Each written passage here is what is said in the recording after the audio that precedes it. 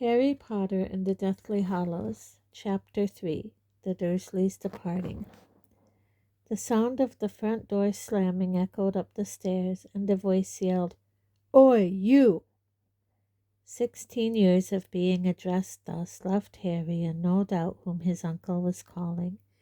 Nevertheless, he did not immediately respond. He was still gazing at the mirror fragment in which, for a split second, he had thought he saw Dumbledore's eye.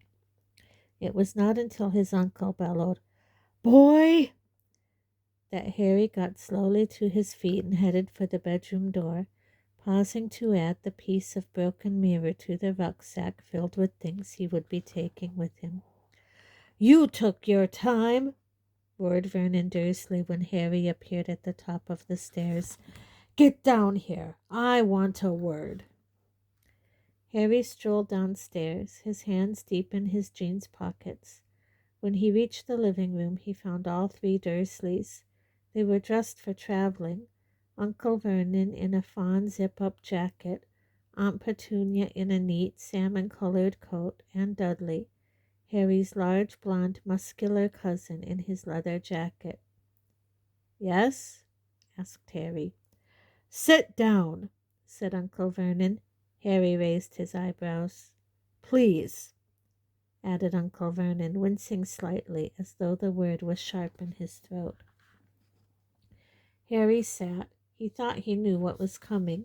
His uncle began to pace up and down, Aunt Petunia and Dudley following his movements with anxious expressions. Finally, his large purple face crumpled with concentration. Uncle Vernon stopped in front of Harry and spoke. "I've changed my mind," he said. "What a surprise," said Harry. "Don't you take that tone," began Aunt Petunia in a shrill voice, but Vernon Dursley waved her down. "It's all a lot of claptrap," said Uncle Vernon, glaring at Harry with piggy little eyes. "I've decided I don't believe a word of it. We're staying put. We're not going anywhere." Harry looked up at his uncle and felt a mixture of exasperation and amusement. Vernon Dursley had been changing his mind every 24 hours for the past 4 weeks, packing and unpacking and repacking the car with every change of heart. Harry's favorite moment had been the one when Uncle Vernon, unaware that Dudley had added his dumbbells to his case since the last time it had been unpacked, had attempted to hoist it back into the boot and collapsed with roars of pain and much swearing. "According to you," Vernon Dursley said now, resuming his pacing up and down the living room, "we, Petunia, Dudley, and I, are in danger from some of my lot, right?" said Harry. "Well, I don't believe it," repeated Uncle Vernon, coming to a halt in front of Harry again. "I was awake half the night thinking it all over, and I believe it's a plot to get the house." "The house?" repeated Harry. "What house?" "This house!" shrieked Uncle Vernon, the vein in his forehead starting to pulse. "Our house! House prices are skyrocketing round here. You want us out of the way, and then you're going to do a bit of hocus pocus, and before we know it, the deeds will be in your name, and—" "Are you out of your mind?" demanded Harry. "A plot to get this house? Are you actually as stupid as you look?" "Don't you dare!" squealed Aunt Petunia, but again Vernon waved her down. Slights on his personal appearance were, it seemed, as nothing to the danger he had spotted.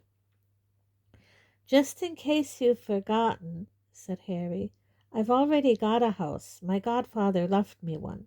So why would I want this one? All the happy memories." There was silence. Harry thought he had rather impressed his uncle with this argument. "You claim," said Uncle Vernon, starting to pace yet again, "that this Lord Thing—" "Voldemort," said Harry impatiently, "and we've been through this about 100 times already. This isn't a claim, it's fact. Dumbledore told you last year, and Kingsley, and Mr. Weasley. Vernon Dursley hunched his shoulders angrily, and Harry guessed that his uncle was attempting to ward off recollections of the unannounced visit, a few days into Harry's summer holidays, of two fully grown wizards. The arrival on the doorstep of Kingsley Shacklebolt and Arthur Weasley had come as a most unpleasant shock to the Dursleys. Harry had to admit, however, that as Mr. Weasley had once demolished half of the living room, his reappearance could not have been expected to delight Uncle Vernon. Kingsley and Mr. Weasley explained it all as well, Harry pressed on remorselessly. Once I'm 17, the protective charm that keeps me safe will break, and that exposes you all as well as me. The Order is sure Voldemort will target you, whether to torture you to try and find out where I am, or because he thinks by holding you hostage I'd come and try to rescue you. Uncle Vernon's and Harry's eyes met. Harry was sure that in that instant they were both wondering the same thing. Then Uncle Vernon walked on, and Harry resumed. You've got to go into hiding, and the Order wants to help. You're being offered serious protection, the best there is. Uncle Vernon said nothing, but continued to pace up and down. Outside, the sun hung low over the privet hedges. The next-door neighbor's lawnmower stalled again.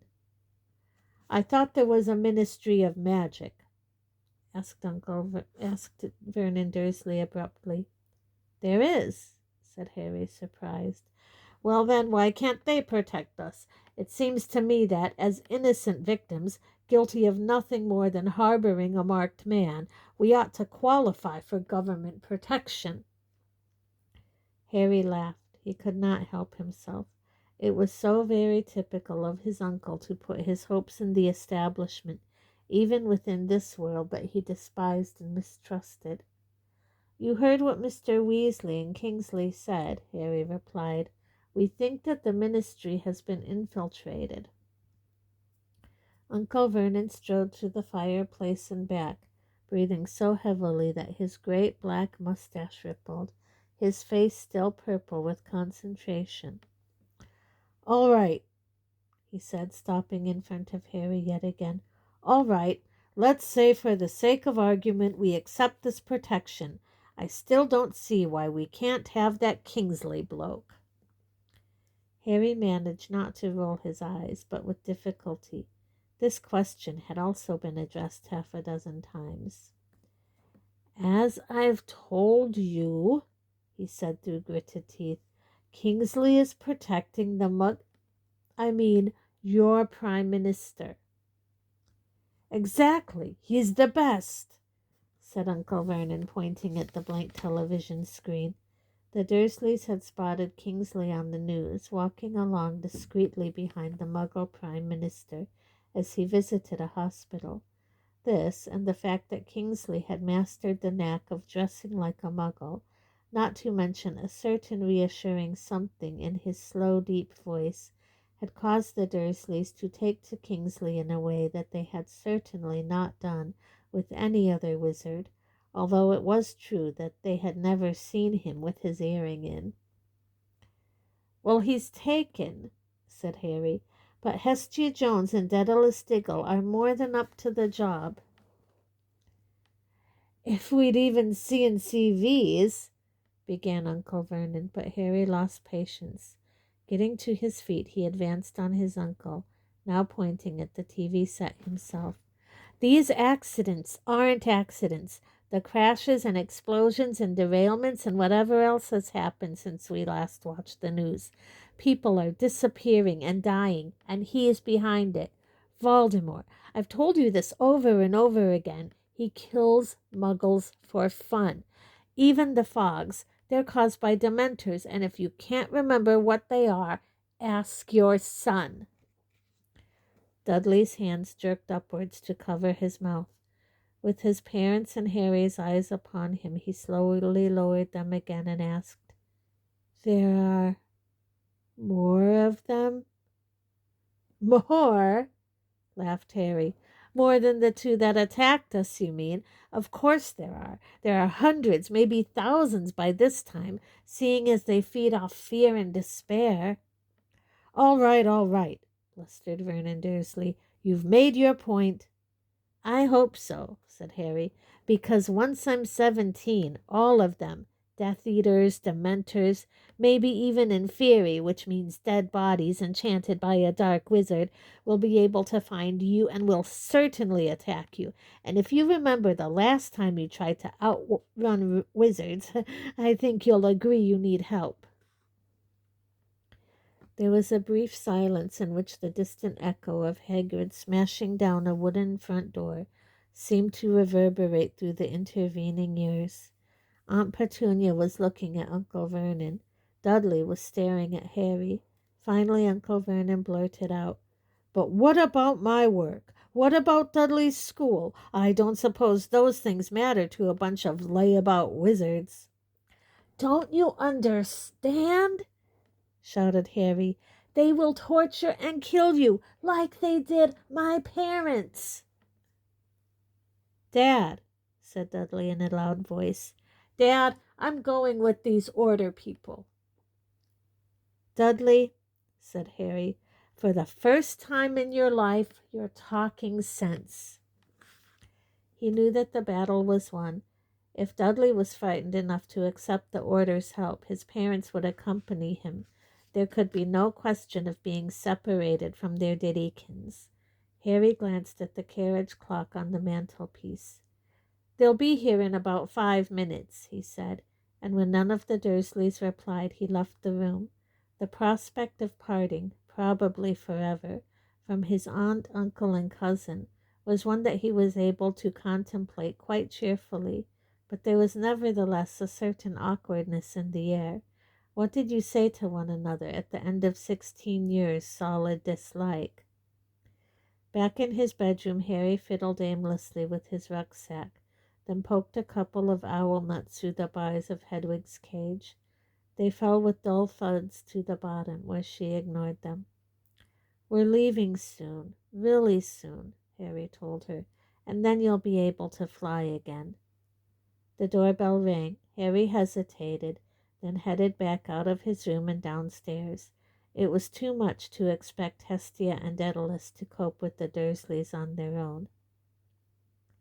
"Harry Potter!"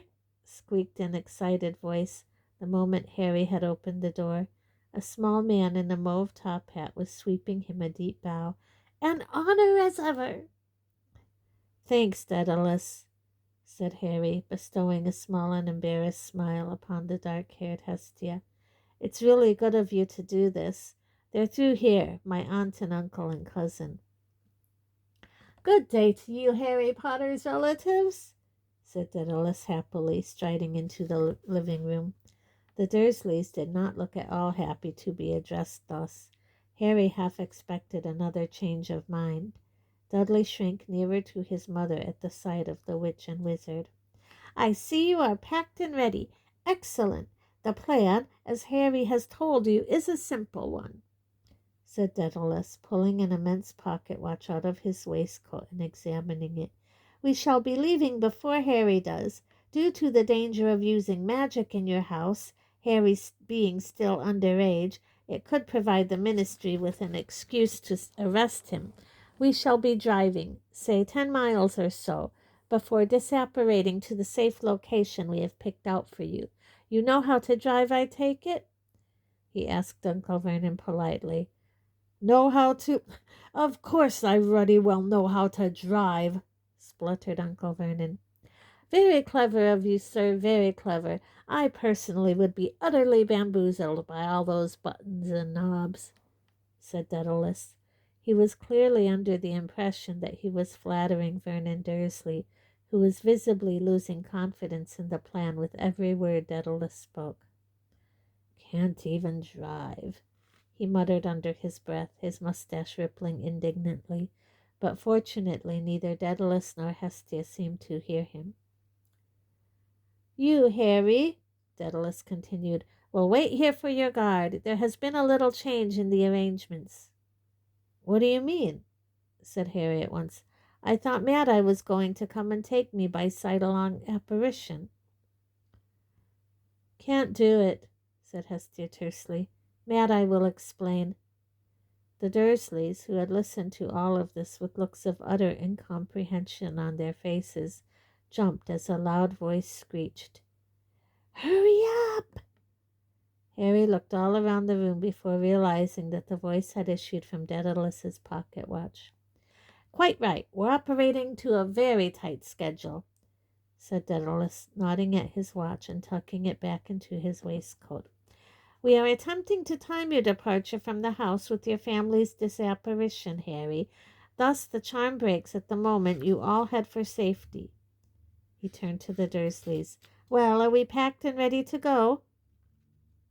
None of them answered him.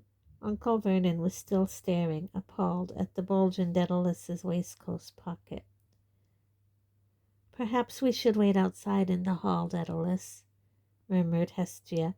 She clearly felt that it would be tactless for them to remain in the room while Harry and the Dursleys exchanged loving, possibly tearful farewells. "There's no need," Harry muttered, but Uncle Vernon made any further explanation unnecessary by saying loudly, "Well, this is goodbye then, boy." He swung his right arm upwards to shake Harry's hand, but at the last moment seemed unable to face it, and merely closed his fist and began swinging it backwards and forwards like a metronome. "Ready, Diddy?" asked Aunt Petunia, fussily checking the clasp of her handbag so as to avoid looking at Harry altogether. Dudley did not answer, but stood there with his mouth slightly ajar, reminding Harry a little of the giant Grop. "Come along, then," said Uncle Vernon. He had already reached the living-room door when Dudley mumbled, "I don't understand." "What don't you understand, Popkin?"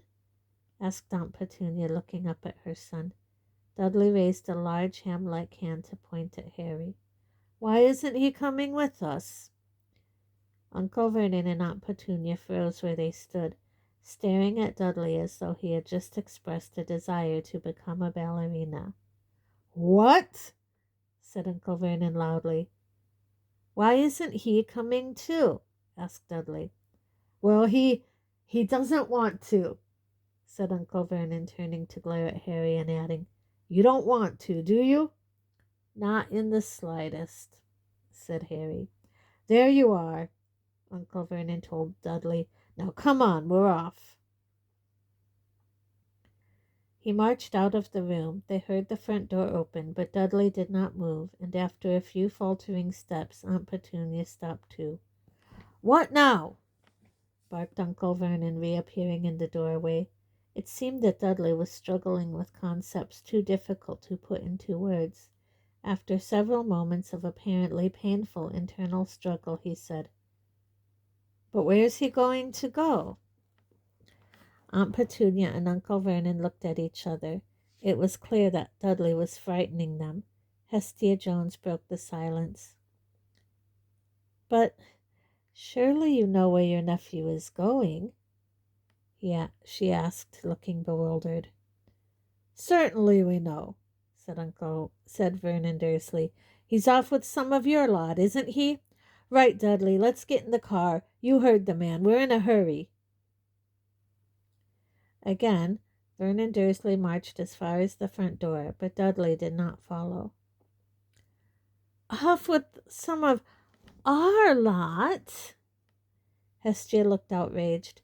Harry had met this attitude before. Witches and wizards seemed stunned that his closest living relatives took so little interest in the famous Harry Potter.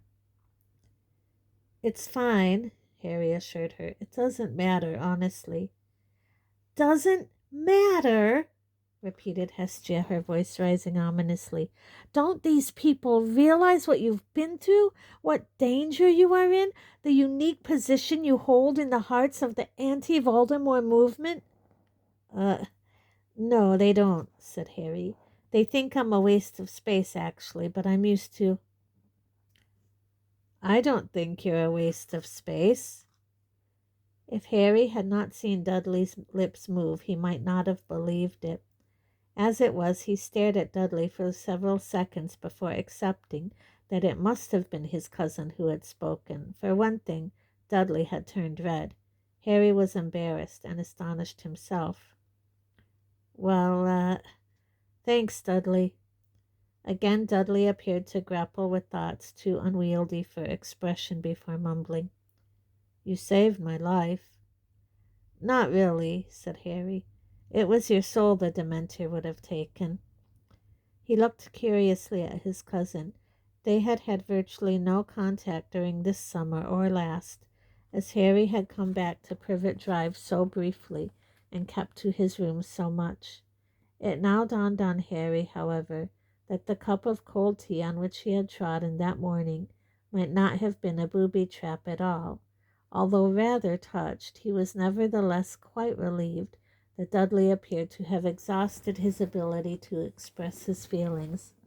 After opening his mouth once or twice more, Dudley subsided into scarlet-faced silence.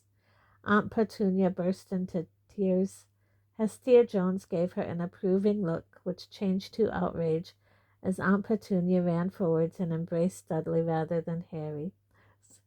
So sweet, Dudders, she sobbed into his massive chest.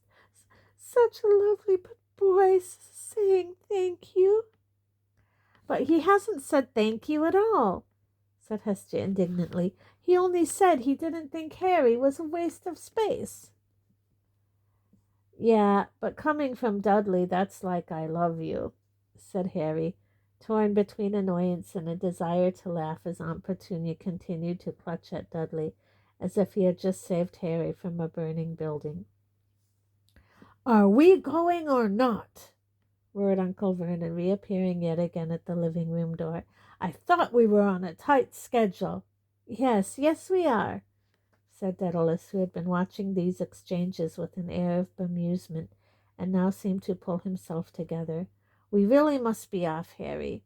He tripped forwards and wrung Harry's hand with both of his own.